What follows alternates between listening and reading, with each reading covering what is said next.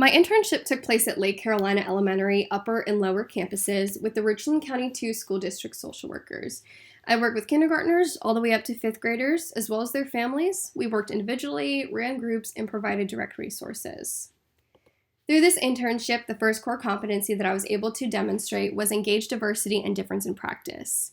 I worked with a very diverse population of Black, white, and Hispanic students with various needs facing various challenges, such as mental illness, abuse, lack of access to resources, and behavioral difficulties. The second core competency that I was able to demonstrate is engage with individuals, families, groups, organizations, and communities.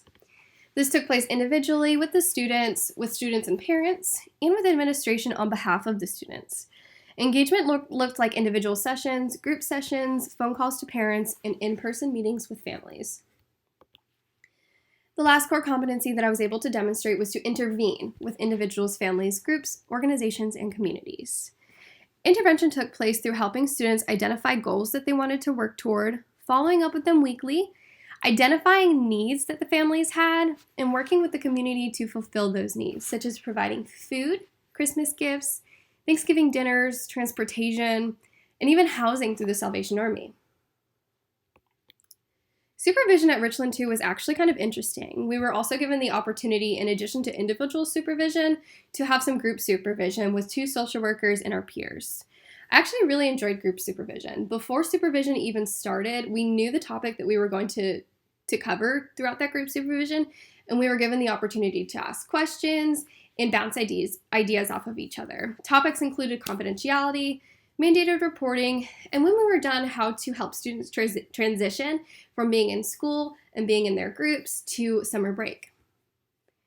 Individual supervision went okay, but my supervisor was very, very busy. She had 3 schools. I usually had to hunt her down to fulfill my supervision requirements. She also tended to be somewhat distracted during that hour. So next year, I will definitely make it a point to express how important it is to my supervisor to have her full, undivided attention next year. My supervisor is going to be Professor DeNovo, so I don't really anticipate having any issues with supervision, but in the future as a professional, I might. So I'll be sure to stand up for myself and express how I'd like their attention during supervision so that I can learn from them, gain constructive criticism, and get some feedback. In particular, I'm looking for some feedback, particularly regarding running group sessions and making sure that my documentation meets the requirements for the organization. I do believe I gained some strengths while working for Richland 2. First one would definitely be thinking on my feet as I ran from one school to the next school, to the store, to the district office, all in one day. I also learned how to use the resources that were at my disposal and to adapt to difficulties. We experienced decreased funding, particularly for our backpack program, so we really needed to adapt to how we ran the backpack program and do some price checking and some budgeting.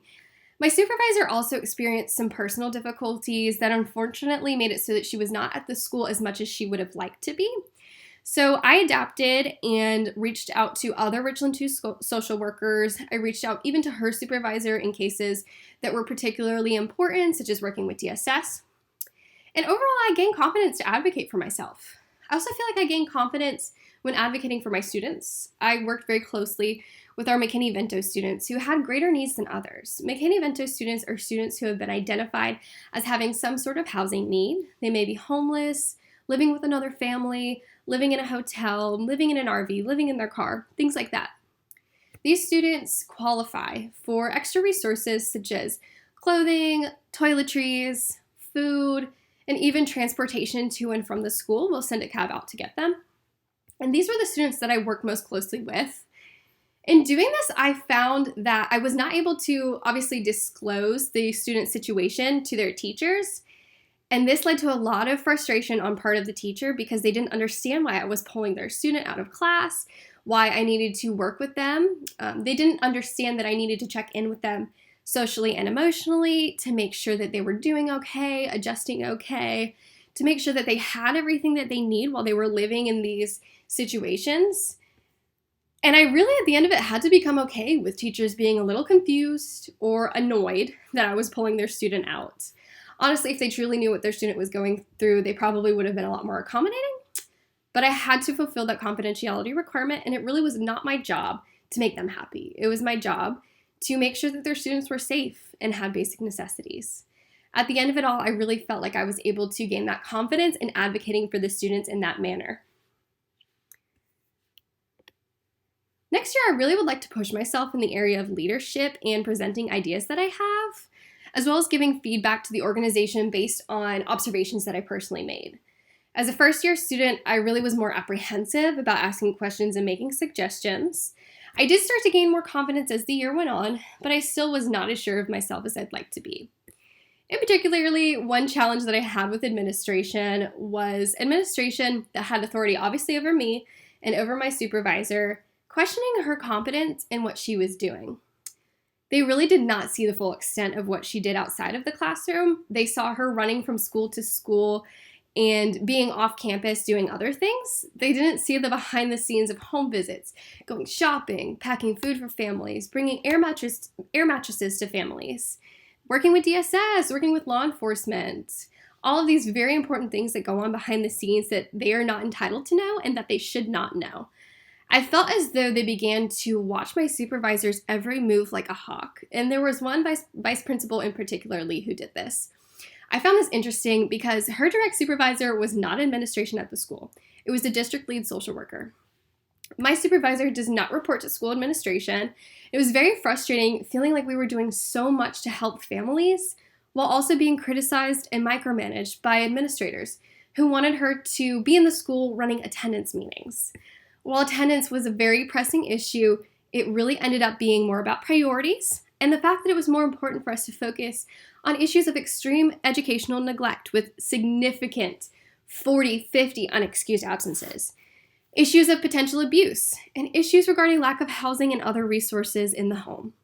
Next year, I plan to heavily document any interactions that I have with clients, as required by the organization, so that should I encounter anyone who wonders what in the world a social worker does, I have plenty of evidence of what I am doing with clients, and I will also take criticism from others with a grain of salt, particularly those who are not social workers. My goals for next year. I would really like to propose or begin a new initiative at my project at my placement. I will be at West Columbia Police Department doing outreach work by following up on police reports that contain issues of mental illness or substance use. And something that I'm particularly interested in and passionate about is gun violence, particularly in areas where there are families and young children. During my interview with Chief Boyce, I asked him what West Columbia Police Department is doing to address this issue. And he actually explained to me that they're in the process of rolling out an initiative that sends alerts to school resource officers and social workers in the West Columbia area when there is a shooting in an area in the district where children live, particularly in a specific subdivision where they have children on file as living in that area. I am very interested in being a part of this initiative because I was working on the other end of it when I was working directly with these students. And I saw how much things like gun violence and domestic violence in the home affect how children perform and behave.